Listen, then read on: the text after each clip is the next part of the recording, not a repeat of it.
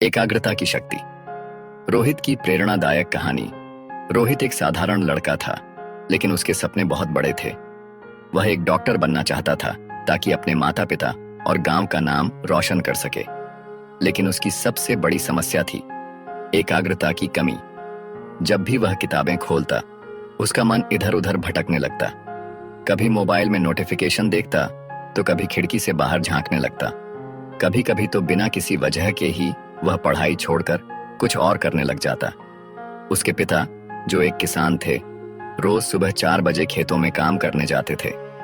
रोहित की माँ उसे बार बार समझाती कि अगर वह मेहनत करेगा तो उसकी जिंदगी बदल सकती है, लेकिन वह खुद को पढ़ाई पर केंद्रित नहीं कर पाता था। उसकी परीक्षा नजदीक आ रही थी, लेकिन वह अच्छे से तैयारी नहीं कर पा रहा था।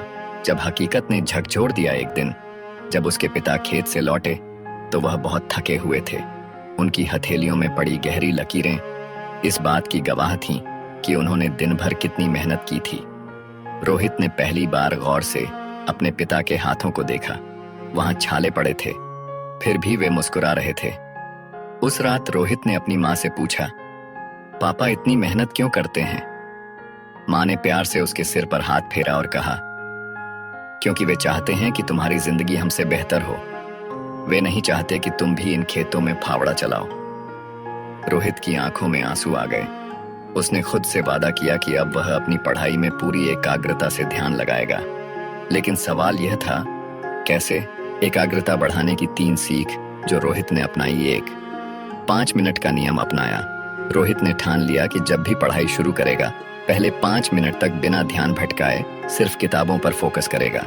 धीरे धीरे यह आदत बन गई और 5 मिनट का समय 50 मिनट में बदल गया। 2, मोबाइल को दूर रखा उसने। पढ़ाई के दौरान अपने मोबाइल को दूसरे कमरे में रखना शुरू कर दिया। अब न कोई नोटिफिकेशन था, न ही कोई डिस्ट्रैक्शन। 3, लक्ष्य स्पष्ट किया। हर सुबह वह अपने लक्ष्य को कागज पर लिखता। मुझे डॉक्टर बनना है ताकि पापा का सपना पूरा कर सकूं। यह उसे हर दिन प्रेरित करता। अंत में सफलता ने दरवाजा खटखटाया।